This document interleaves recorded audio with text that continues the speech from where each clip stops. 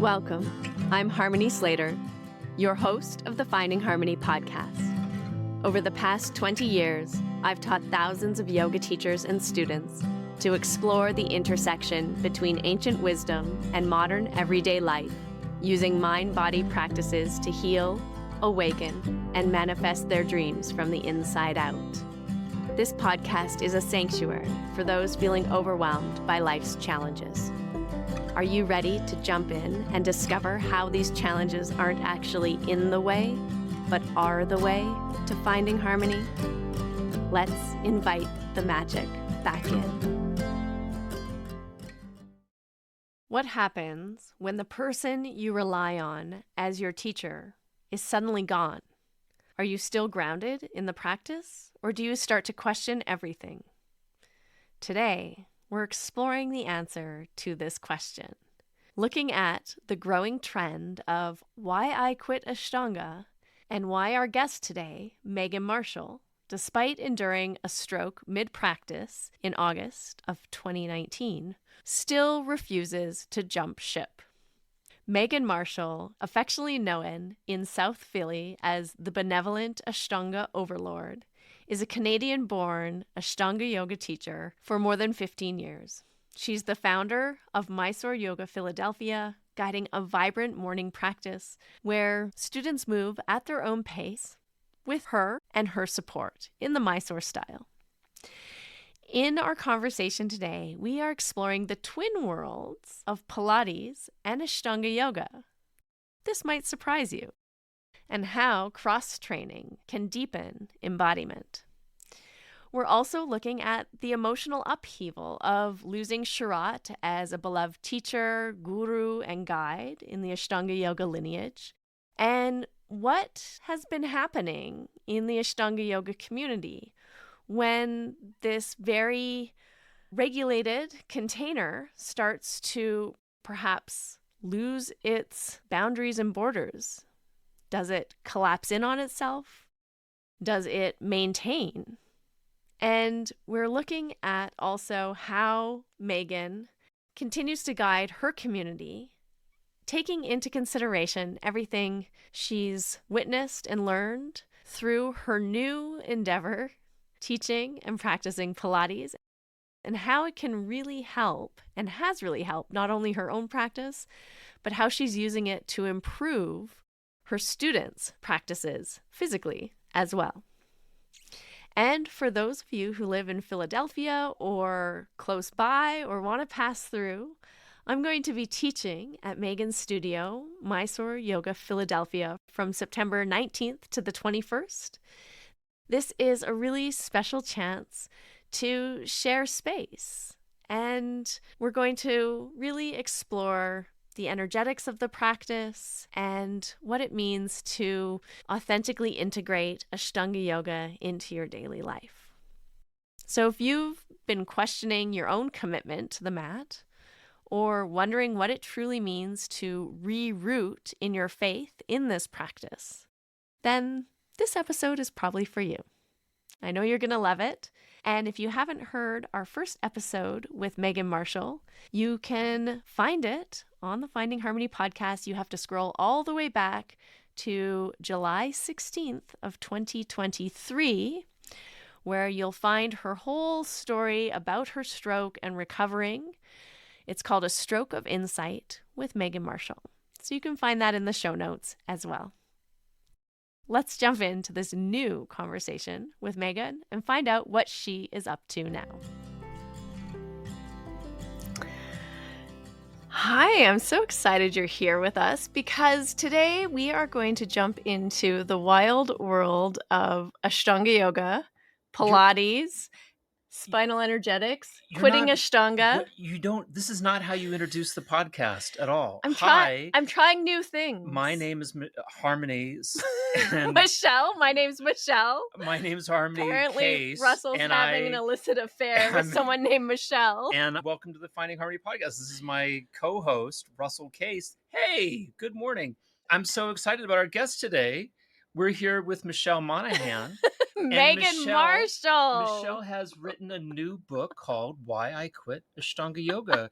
We're so excited to talk to you. And happy Canada Day, by the way. Welcome to Canada. The 51st state. It is. Alberta's going to be number 51. Yeah. Probably followed by Quebec. Honestly. Congratulations. Thank you so much. And so you don't live in Canada anymore? I do not. Although my citizenship is still exclusively Canadian. But I feel like I need to rectify that. But no time soon. I might wait for the following administration.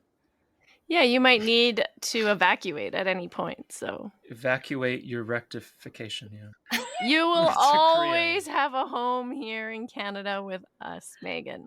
Okay, I'm going to introduce our guest properly. I made an introduction. No, you didn't. Yeah, sure I did. No, because we are chatting with Meghan Marshall, who is an incredible Ashtanga yoga teacher.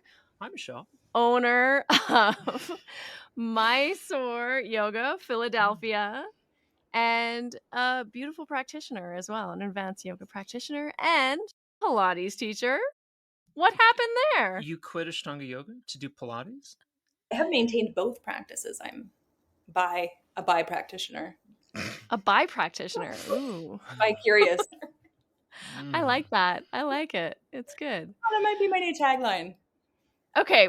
Well, we've already done a previous podcast with you. So if listeners are interested in your story and how you, I don't know, received the gift of a stroke doing Mayurasana. Great story. That's when you became Michelle for me that day. No.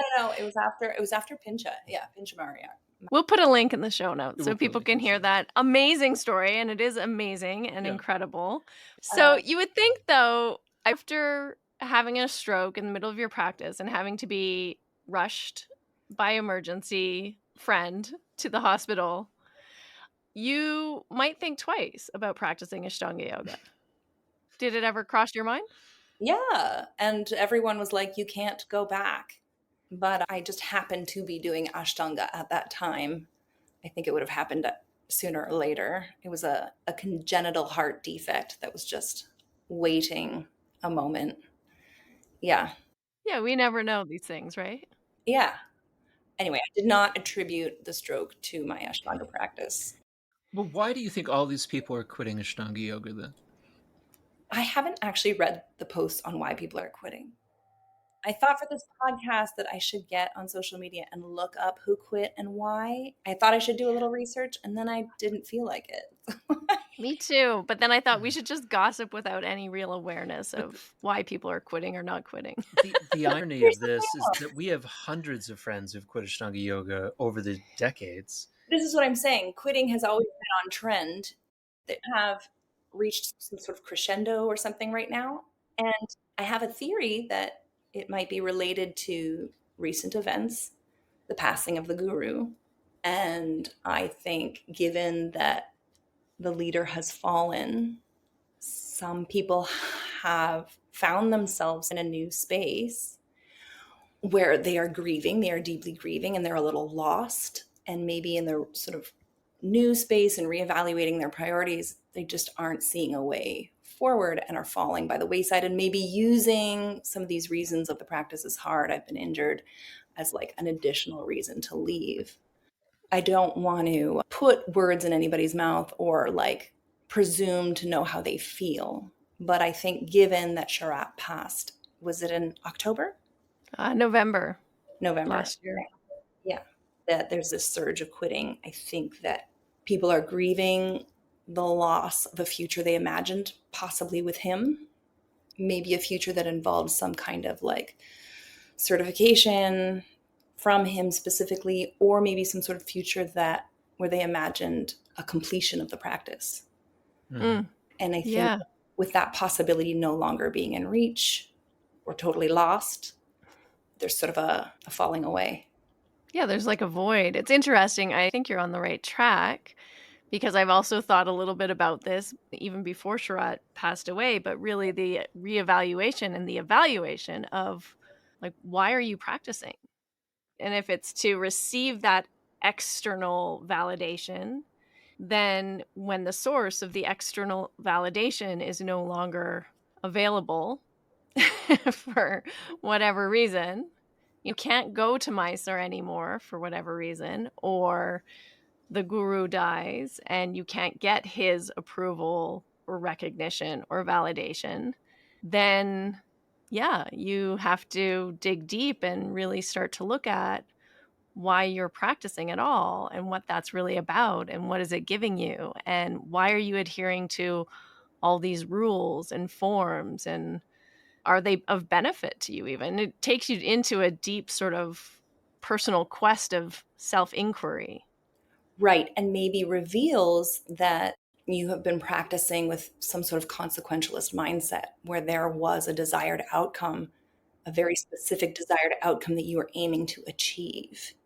And I think it's a really good opportunity to reframe things and know that your practice is whole as it is, and that the practice is not about outcomes because the ultimate outcome for all of us is the same. It's true. But that it's about, following that path of personal growth, self-study, pushing beyond your boundaries to no other outcome than that. It's just the commitment to that effort in itself is worthwhile. Yeah. Or maybe it's just to feel good in your body. And maybe you don't have to do all those advanced asanas. I asked Jessica Char that once. I asked him some kind of conference in San Francisco at Kaiser Permanente. I said, everyone knows, Jessica Char, that you were in the Life magazine photos, in the 50s with all the kids doing these fantastic asanas with Krishnamacharya. I think actually anyone knew that in the conference, but I asked the question that way. He said, it's just very important for children to do these poses. It makes their bodies strong. It gives them strong bones. And he phrased it just like that. It's for children. Tricks are for kids. I remember once I was with a friend and was explaining to them that I'd stopped playing basketball. I wasn't going to get anywhere with it, is what I said to him. And my friend, Doug Talkabong, was like completely contemptuous of me. What do you mean get anywhere with it? You weren't going to join the NBA? And I was like, yeah, I wasn't going to go to the NBA. And it just seemed like I was hurting myself for no good reason playing basketball. The implied in the statement, which I didn't really get a chance to explain to him at the time, was that I really thought I was getting somewhere with Ashtanga yoga. I thought I was actually going to make it or NBA. be somebody, make it to the NBA of Ashtanga yoga. And I was completely correct in that. And I was tied to this kind of paradise that I thought I would achieve with the practice. Right. And eventually you get a job, your body gets older, things get in the way of devoting 100% of your attention to the practice. And if you don't do that, and also if you're not, have like talent, then the two of those things aren't going to align for you to be something really special. If that's the goal, that's impossible. And so you quit basketball and you quit Ashtanga yoga. I didn't quit Ashtanga yoga. I realized that I didn't need to have a goal. And how freeing is that? Yeah. Yeah, I did Ashtanga yoga yesterday. I was really quite happy doing it, and it's nice. What I like about the philosophy of yoga is that it sort of frees you from that obligation of having to do Ashtanga, which can be done in like the real sense of yoga, or it can be done in the like I'm working out for fitness sense of the movement, which isn't bad.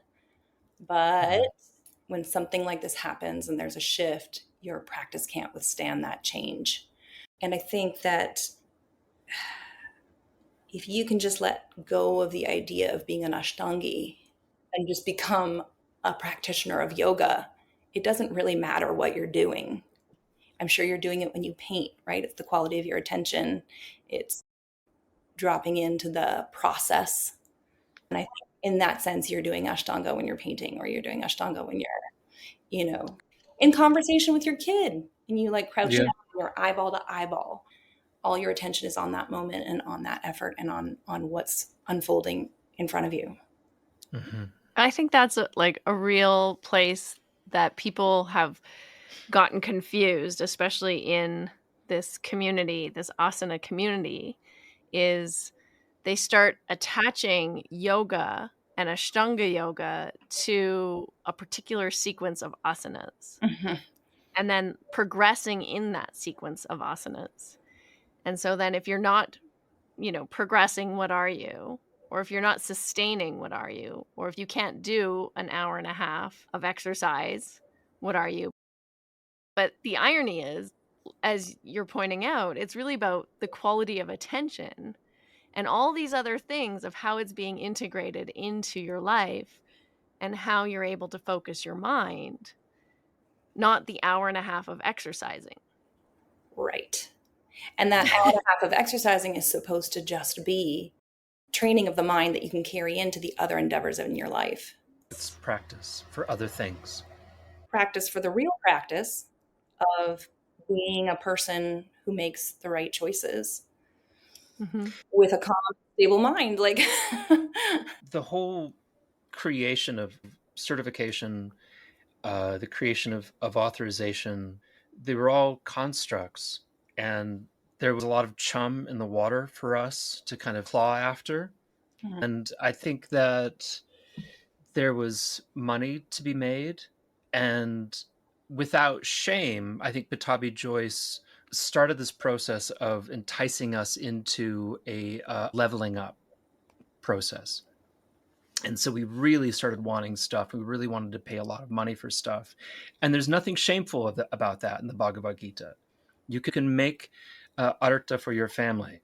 Right. You don't have to take a vow of poverty. No, there's no vow of poverty. Yeah. Money's okay. Money's fine. We project a vow of poverty onto Ashtanga Yoga because in some way I think we all want to be Jesus Christ or something. And we think this is the way that I'll be, deserving of Christ's love, is by taking a vow of poverty.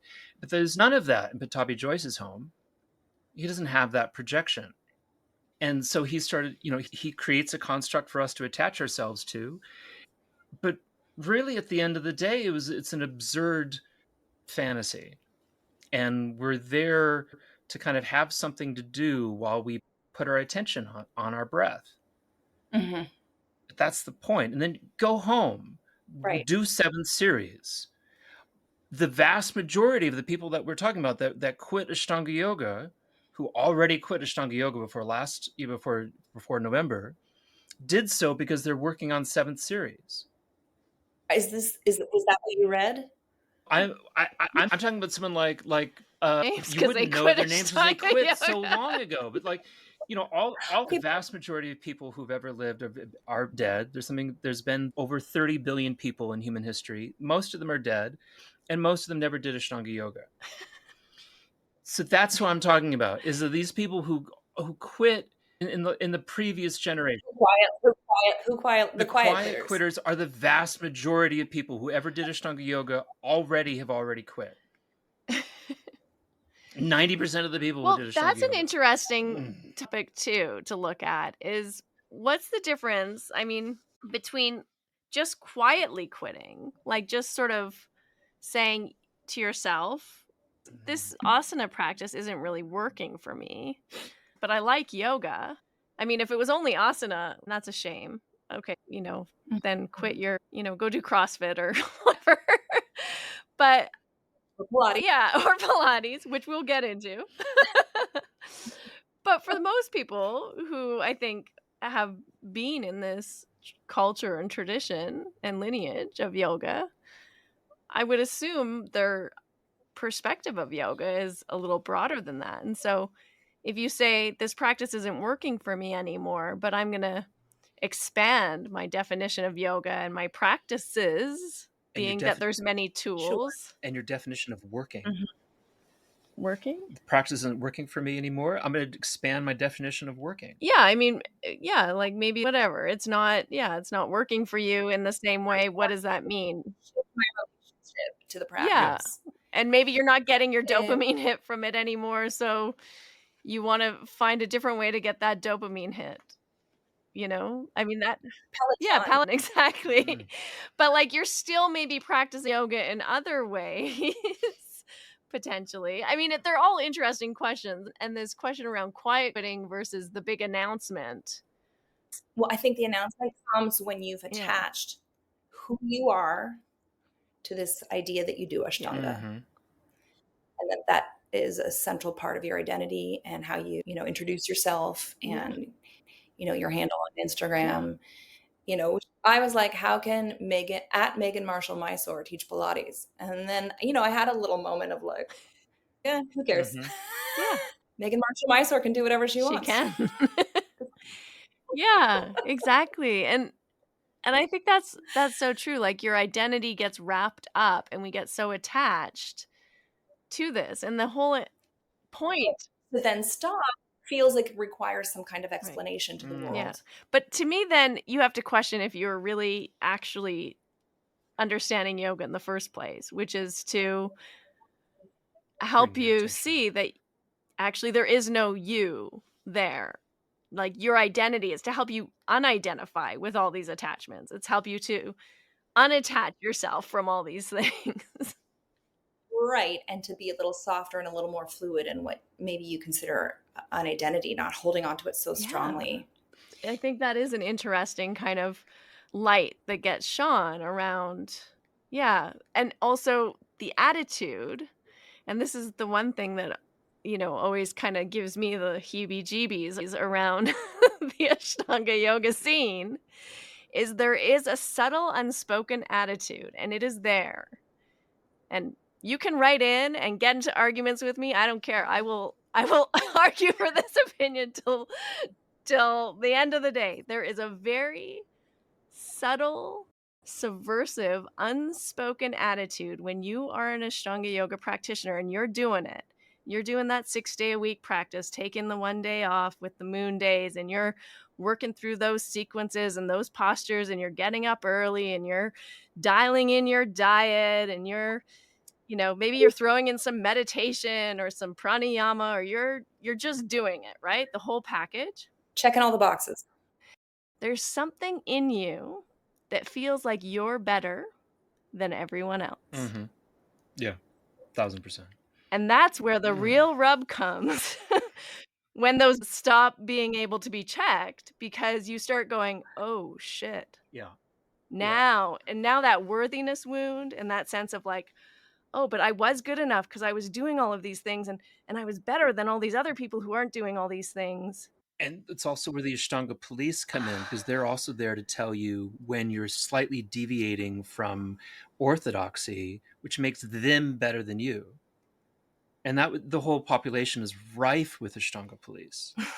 Everyone's sitting telling you, are you really orthodox enough? And it becomes, like some kind of twisted cult nunnery.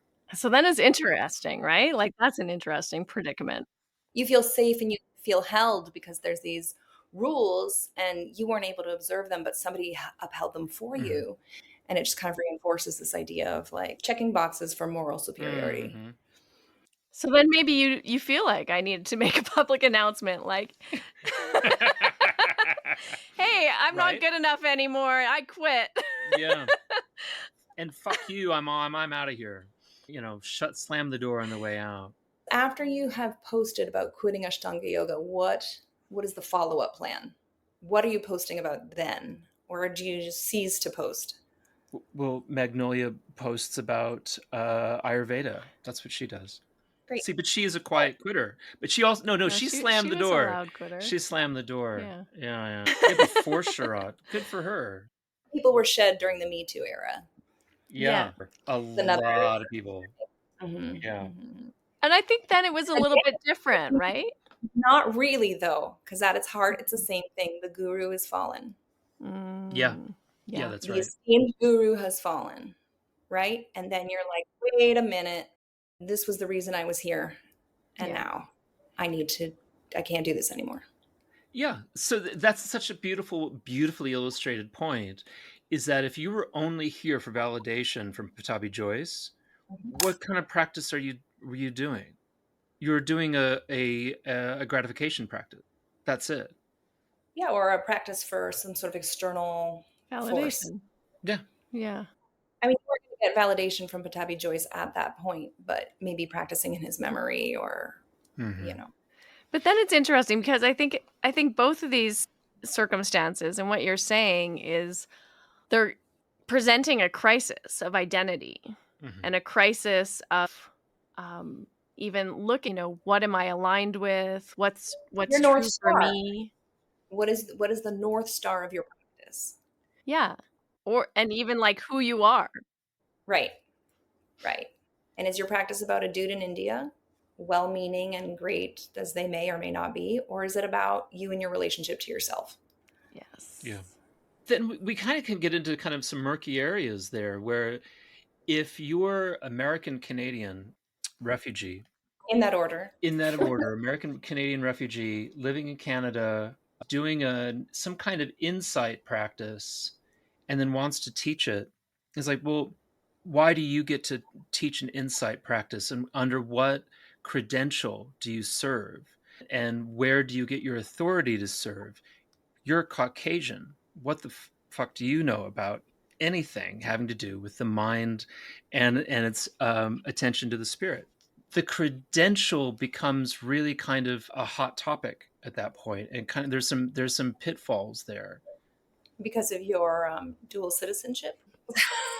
Exactly, because of my dual citizenship, but mostly because my dual citizenship has everything to do with my ethnicity. This comes down to like, is yoga, yes, it has cultural origins, but do you need to be culturally competent as an Indian to teach the contents of the Yoga Sutra? Do you? I think a lot of people think so. Yeah. No, Yeah. I don't. I mean, I Mm. don't. I don't think so. I mean, do you have to be Italian to cook Italian food? You should be. Do you Right. have And to be Chinese to Teach teach Buddhism or karate. or karate? a Japanese. Japanese to teach Oh karate. yes. Okay. Right? Right? It becomes problematic. Like if you don't have a center that you went and got a certificate from, or the center where you got your certificate from has been completely debased by the actions of its guru and the death of the lineage, then you're in a lot of trouble. You're now in a lot of trouble with your branding as a teacher.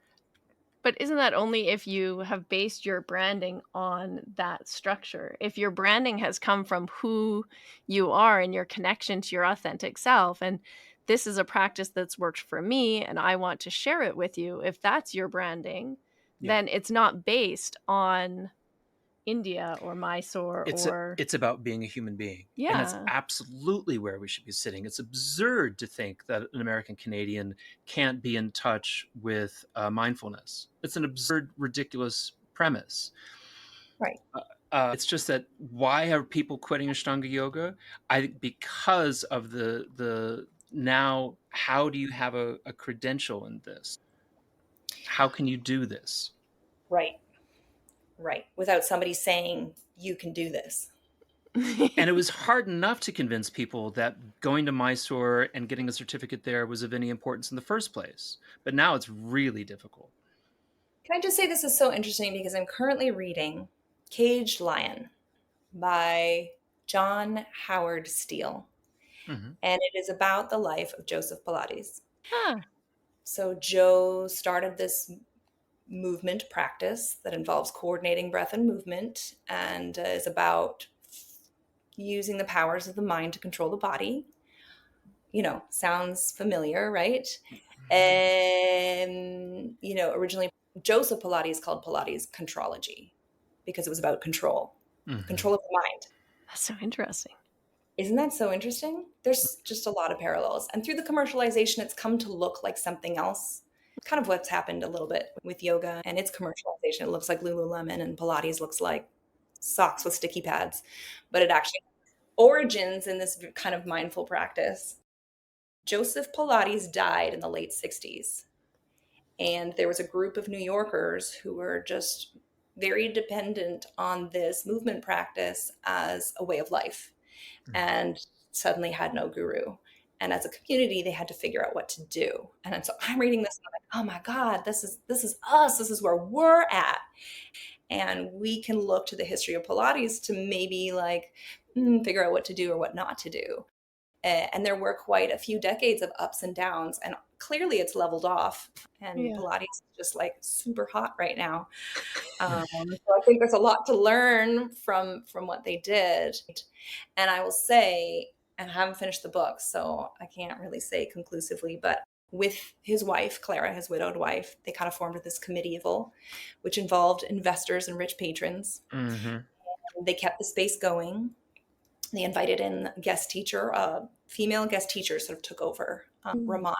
So she took over. She was an ex-ballet dancer. And she came with ballet dancer students and was able to sort of take over Joe's load. And she was charismatic and aloof, as all good cult leaders are. Yeah, that's good. And touted the line that she taught the one true Pilates. And people bought into it. Yeah. And she went on to teach for years. I think she taught for a decade in Joe Pilates' space, which was like somewhere in Manhattan, like 56th Street or something. Yeah. And they had that space, Clara and Joseph and Ramana, for like over 40 years. It was wild.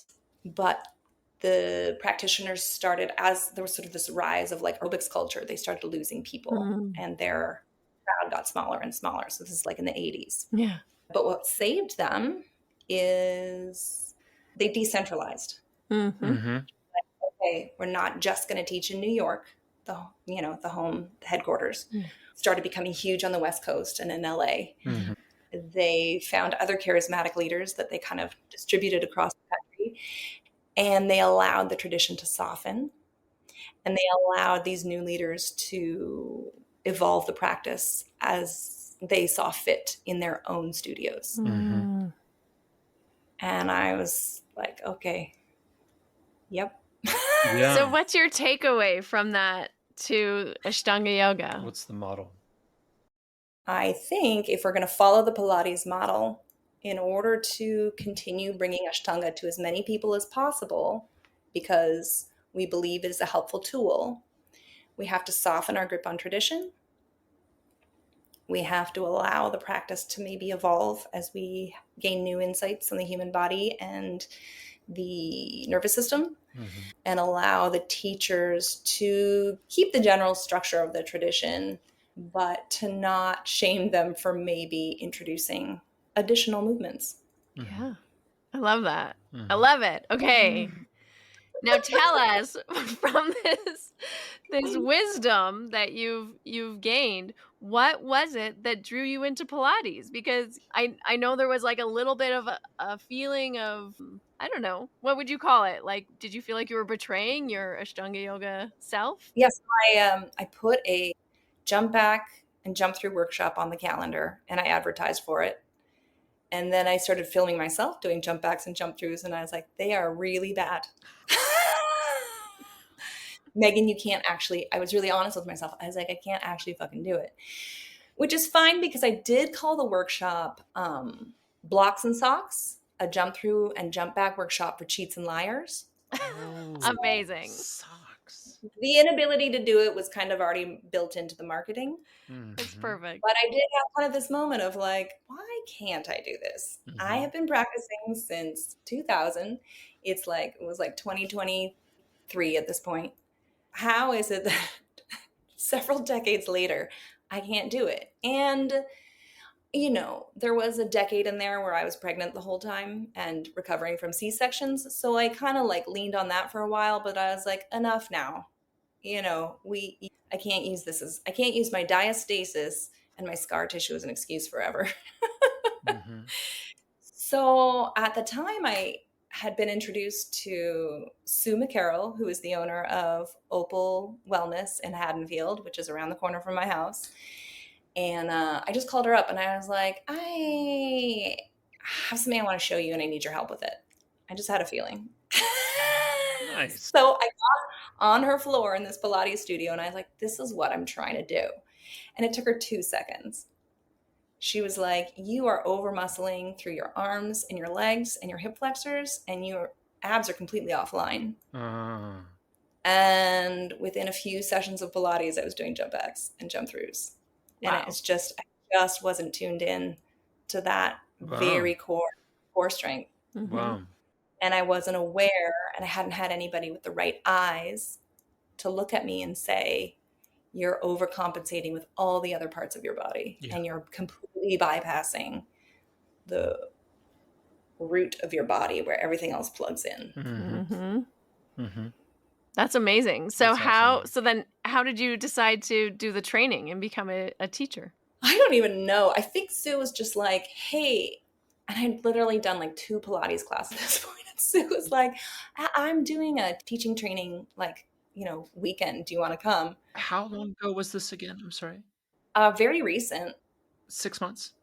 When was your Lisbon workshop, Harmony? It It was was around that. last year. This Yeah. is Okay, so last year. last year? Yeah, it's been about been a a year? year and a little bit. You should be doing this 10 years before you think about teaching. Isn't that the rule? That's what we say in the Ashtanga yoga.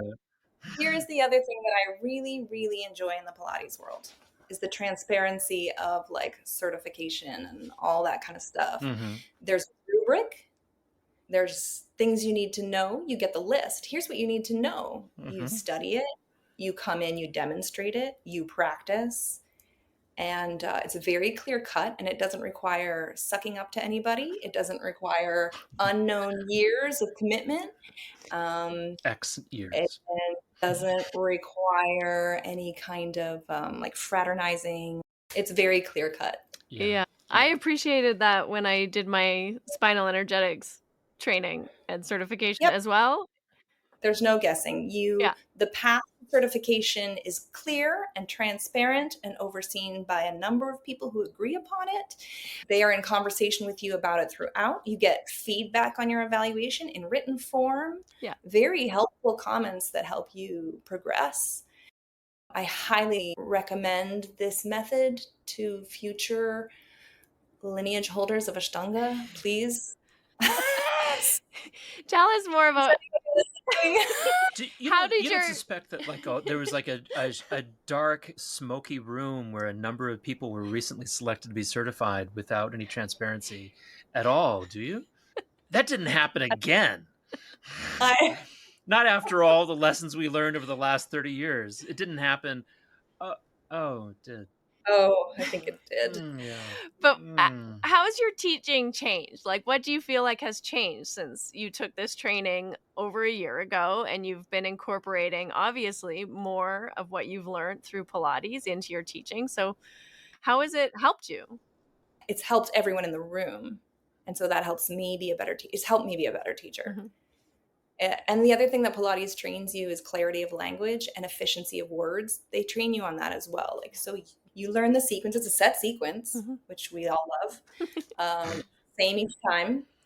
And you have to deliver the whole sequence under a certain time. So it's timed. It's all very German.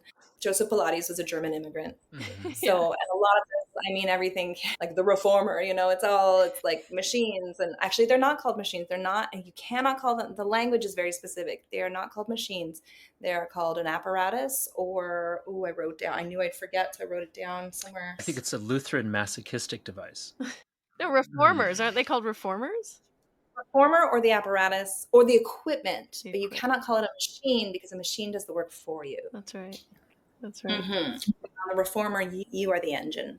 Okay. How has it helped your students? How has it helped you help your students? It's refined my teaching skills because I have been practicing using clarity of language and like better cueing. And you can pull that cueing from Pilates and bring it into Ashtanga. And of course I have my old cues, but I've kind of just like matched them up a little bit more because I've been watching bodies on the reformer and body parts move in relation to other body parts when you are well connected to your core.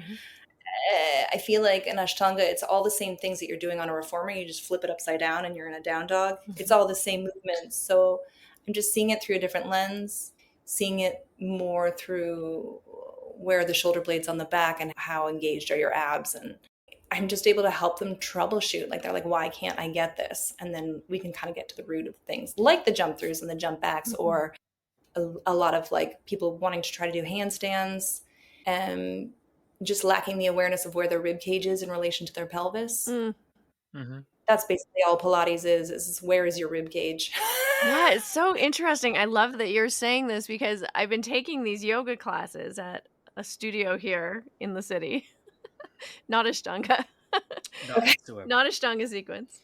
But in one of the rooms, they have mirrors. Oh, we are strict no mirror policy I know, in but Pilates. it's really fascinating because at one point in my yoga journey, I would have found those mirrors very, very triggering because I just come from ballet. And so it's like you're obsessed with like looking at yourself in alignment, like criticizing and judging, and all of that is happening.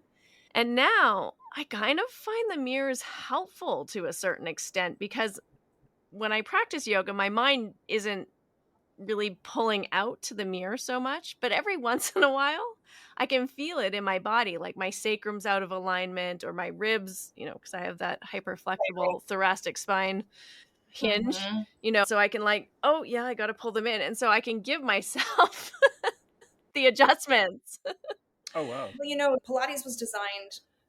So I haven't finished the book, and I'm afraid to say the wrong things, but I think Joseph had been interned during World War II in Europe somewhere, and he was helping a lot of people who were bedridden and injured to rehabilitate. Mm. And then when he brought this system over to New York, he was basically known as sort of like this physiotherapist who could help heal you. So a lot of top athletes Yeah.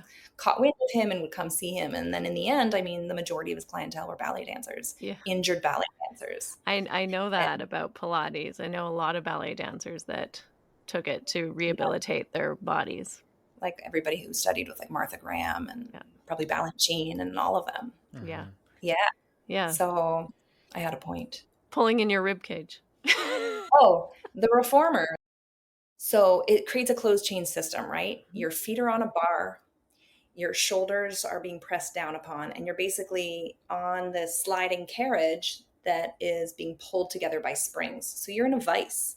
Mhm. You're laying down straight in a vise. And when you have pressure from the top and pressure from the bottom, you can really feel when things are not in alignment Mhm. because you can't achieve that like passive act. When all your bones are lined up and the bones are just resting on the bones Yeah. and you can kind of rest passively. Mhm. That happens when things are stacked. When things are not stacked, when it's like a kink in the hose, Mhm. you have to be active. So in order to find that place where all the bones are lined up and you can just stand passively on your skeleton, Mhm.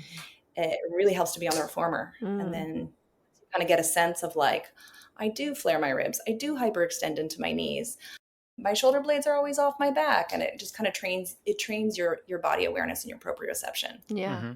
Spend enough time on the reformer and then you can carry that into all the other things. Interesting. Well, that's what I've also noticed is not doing the Ashtanga sequence, like just doing the, whatever sequence the teacher is doing, which, I mean, it's kind of like a core flow. we do some Pilates mat work in it and stuff. It's like this real combo. And it's also very like somatic, like it's this interesting blend of kind of somatic movement and like feeling into your body in a very aware, slow, methodical kind of way with a little bit of core work and some music, and it's totally different than Ashtanga, of course. But not following the sequence has also helped me become aware of areas in my body where I would fall into patterns. Correct.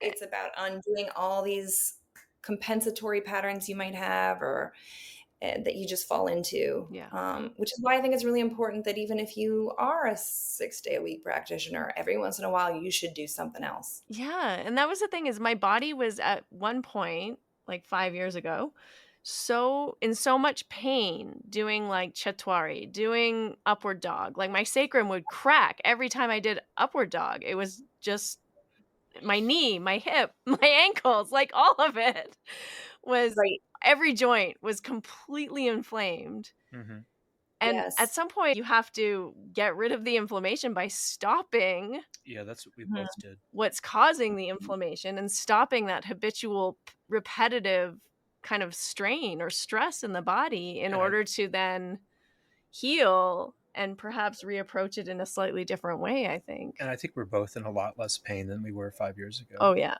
Yeah. Yeah. And now kind of re-exploring yoga-based exercise. And I think that's where something like Pilates could come in handy, right? Mhm. Because it can give you some movement and some tools to help you adjust yourself. It's basically just a functional movement workout.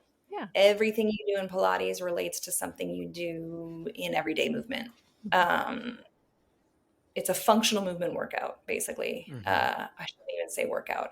It's a system. It's a system Functional based system. based on functional movement. Okay. And again, coordination of breath and focus and increased proprioception, which really comes through like there's a lot of repetition. There's these sort of like families of, you'll do sort of like 4 families of movements, and each one does 5 to 8 repetitions. Mhm. In that sense, it's quite different. We don't do reps in Ashtanga. Mhm. You know, you Mhm. do a vinyasa and then you sit, and then a vinyasa and then you sit. Yeah, but this is perpetual movement. So a little bit of a different emphasis. It sounds like it'd be helpful for people, especially as they're aging as well. Well, because it's so low impact on the joints. Yeah. Mhm. It's so great if you are having joint issues because you can access everything you do in Pilates. Mm-hmm. So it's minimally destructive to the joints, maximally integral to the core. And, you know, Joseph's line, much like Patabi, he's got his little taglines, but his whole thing was that you would end with a sense of uplift and you would leave standing taller. So that's another interesting difference is Ashtanga starts standing and you end lying down. Pilates, you start lying down, you end tall. Mm. And that's part of philosophy is he wants you to walk out refreshed, invigorated, and tall. I love it. Mm. Well, I'm going to come do some Pilates with you, I hope, when I'm You in should. Philadelphia And at the end of September. And you shouldn't talk about that online or in public. You will be arrested at the border. He's worried that that the Americans are gonna be angry with me that I'm coming to visit you. Very much so. I mean, I think the solution to this is you bring a burner phone. That's what I hear people are doing. That's what people right? are doing. They're erasing all of their apps and going to the border with their phone clean. Oh, I actually have a burner phone. You do, in fact, yeah. Oh, I can just use that. Just bring your burner phone. I'm gonna bring the other one too, but don't even bring a phone. I'll call whoever you need. But I cannot wait to come because we're gonna coming? September 19th. That's coming September up. 19th. Yeah, very soon. Yeah, very soon. 20 and 21st. I told everybody at the studio, I said, I got to go because I'm going to go set up for this podcast I'm recording with Harmony. And they told me to tell you they wanted you to really know how excited they are that you're coming. Well, I'm really excited to come. People from all over PA and New Jersey have signed up. Like they are booking hotels. They're driving in. Yeah. That's exciting. Yeah. It's actually the first time I think I've been on the East Coast since, Chattanooga, but that doesn't really count. Tennessee, it's kind of way up there. Tennessee is down there. Or down there. Yeah. I hope my cousins come. I hope they come to the workshop. But not not east. I'm teasing. There are a couple of thugs, and they'll never come to a yoga workshop. But maybe one of their daughters would. They might be up for it. Wow. Maybe. Sure. They can come. Your cousins' daughters are welcome. We welcome cousins' daughters. We're going to do some spinal energetics, some workshops. We'll go see the Liberty Bell. Yes, please. We'll do the Rocky Steps at the Art Museum. Okay, amazing. You got to go and see the Rocky sculpture at the top of the steps. Okay. Yeah, it's good. Yeah, Betsy Ross house. Okay. Betsy Ross, she sewed the first American flag. Wow. Yeah, I don't know anything about her, but sounds nice. She's a feminist model of behavior. Yeah. And practice Ashtanga yoga and Pilates. That's right. Yeah, but it's going to be great. Yeah, maybe not at the same time. You might end up doing it at the same time. You can do it at the same time. There is such a thing as yoga lattes. Yes. Have you ever taken that? Have you ever taught them? I mean, people who teach traditional Pilates smack talk yoga lattes so hard. The shaming, which I'm also familiar with. Yeah. So it all feels so familiar. Yeah. So I can't. I'm going to lose my membership to traditional. Classical Pilates will kick me out. Yeah, see, these little identities are in every subculture. Everything Ashtanga is going through is happening in all the other movement modalities. Yeah. Yeah. It's microcosms of human behavior.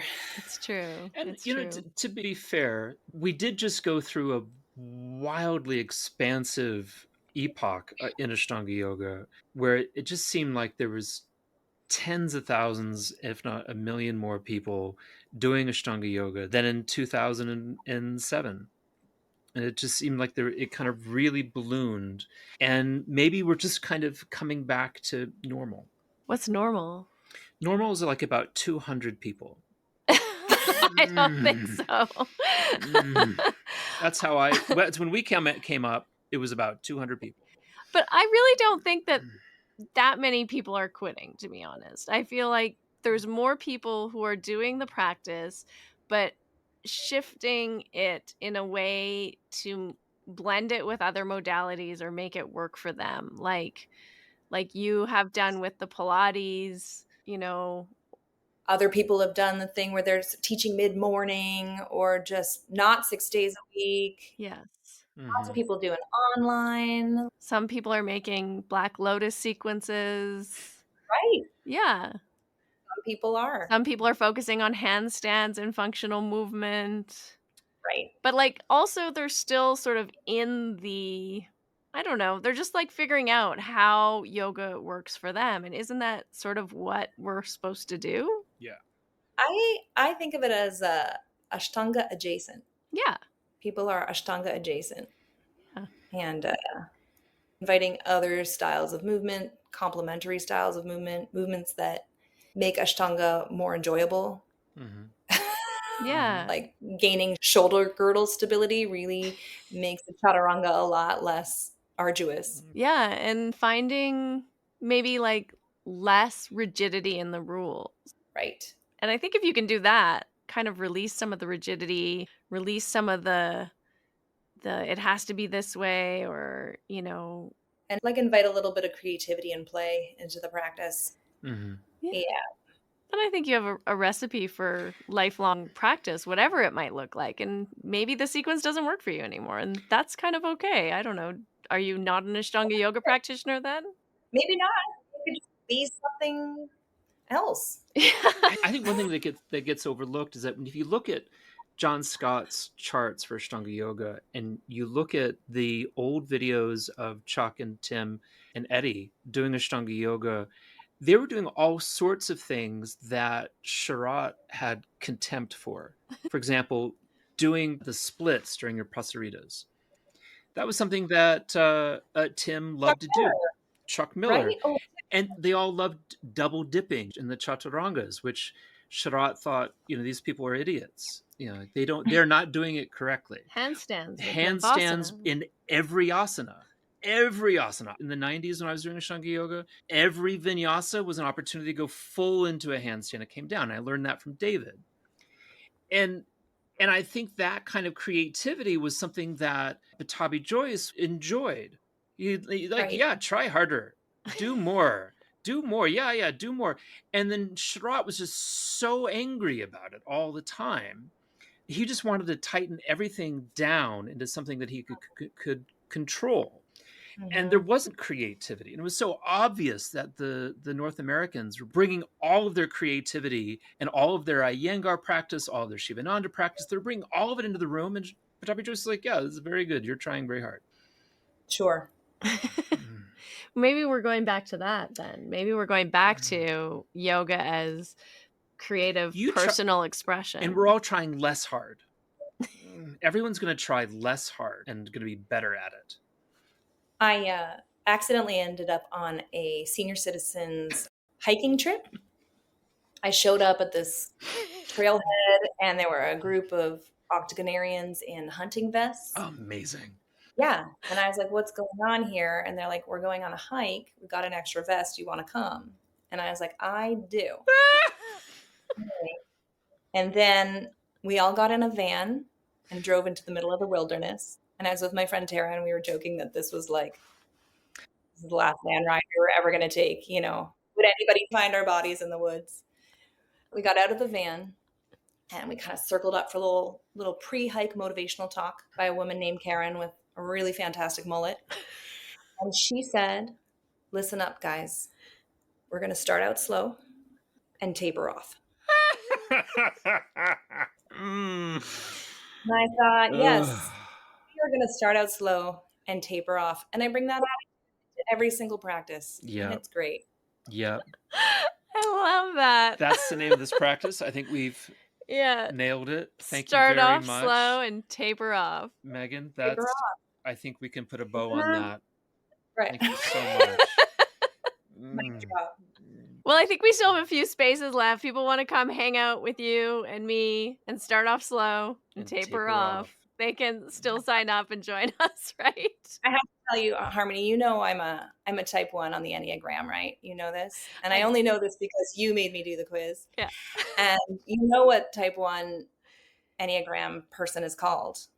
What are they called? Perfectionist. The what? But also the reformer. The reformer. Oh. And I was like, oh my God, this makes so much sense. It's about control, precision. But I want to say that I've really brought that element of my personality to organizing your stay. I've made stickers with your face on it. I am printing up little like zine style booklets with all kinds of shenanigans in it. But I've just decided right now that on the front cover will be, I'm gonna cross out practice and all is coming, and I'm gonna put down Start slow, taper off, and taper.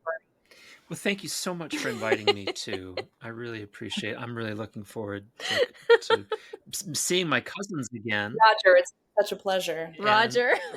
And I've got a lot of family in Philly, and I'm looking forward to seeing them again. Okay, but Harmony said she's not bringing you. Oh, is that? Oh, I don't know if this is news to you. Are you finding out now?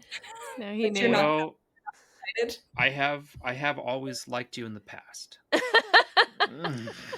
So, well, I will fraternize with your cousin's daughters. We'll get them in. I'll get them engaged. They might be interested in some Pilates, actually. I can hook them up.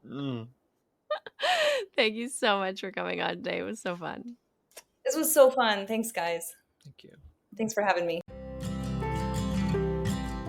Thank you for tuning in and sharing this intimate story and journey with Meghan Marshall and with us. Her story is one that reminds us that practice isn't just about physical form, although good technique and physical form never hurt anyone, and actually often is quite a big benefit. But also that inner resilience and having the courage to listen to your own voice and to really step into listening to your own authority and inner guidance and reclaiming your power in your practice is a really important place to be within yourself and within your community. And so if you're living in Philadelphia or nearby, I would love to see you and connect with you in person September 19th to the 21st at Mysore Yoga Philadelphia inside Meghan's very own shala. We're going to explore breath, alignment, embodiment, and be in this beautiful space designed for personal discovery. You can find all the details in the show notes. And until then, just remember, when your source of inspiration falls away, your practice, your moment by moment, breath by breath commitment to yourself, to being with yourself, can be the foundation you build everything else on. I look forward to connecting with you somewhere around the world or right here on the Finding Harmony podcast really, really soon. That's it. We've concluded another episode of the Finding Harmony podcast. I just want to thank you so much for doing the work that changes the world, starting with yourself. It truly does make a huge difference. Please make sure you have your automatic downloads turned on wherever you listen so you don't miss any of the upcoming episodes. I have so much more magic I can't wait to share with you. Lastly, if you're on Instagram, I love connecting and hearing from you. So come on over and say hello at Finding Harmony Podcast. And you can also come say hello to me personally at Harmony Slater Official. Thank you again for being here. I cannot wait to share more with you in our next episode.